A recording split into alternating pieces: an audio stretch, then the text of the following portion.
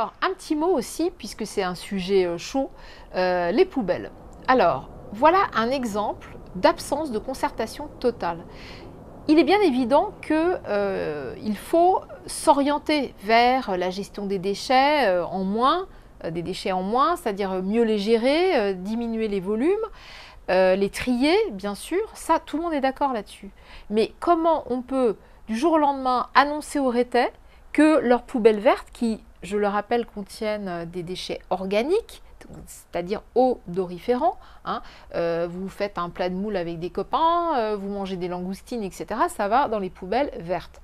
Comment on peut, du jour au lendemain, annoncer aux Rétais qu'elles seront collectées tous les 15 jours?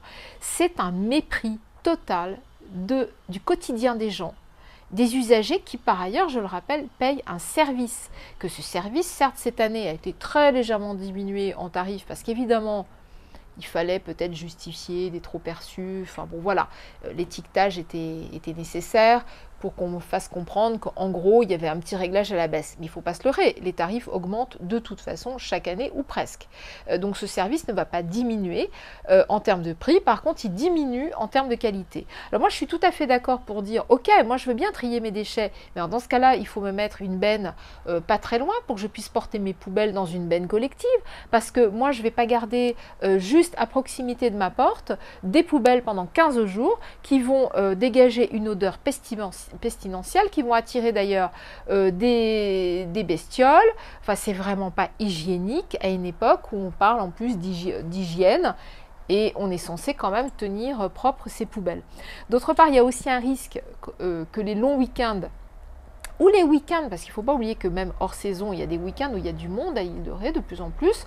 Eh bien, ces poubelles vont rester souvent dans la rue, avec des poubelles à côté parce que ça va déborder. Résultat, les chats errants vont éventrer ces poubelles. Ça va être absolument horrible.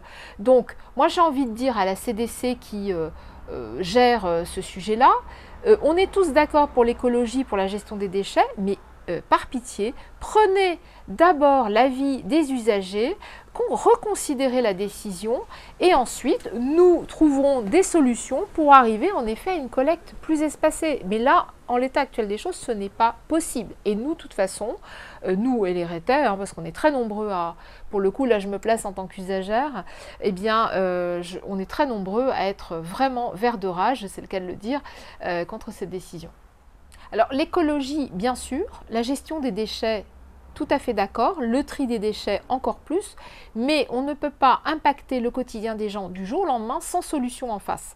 Ça, c'est la première chose. C'est exactement comme si on disait aux gens, ah ben, au nom de l'écologie et du rationnement de l'eau, on va vous fournir de l'eau potable un jour sur deux. Comme ça, du jour au lendemain.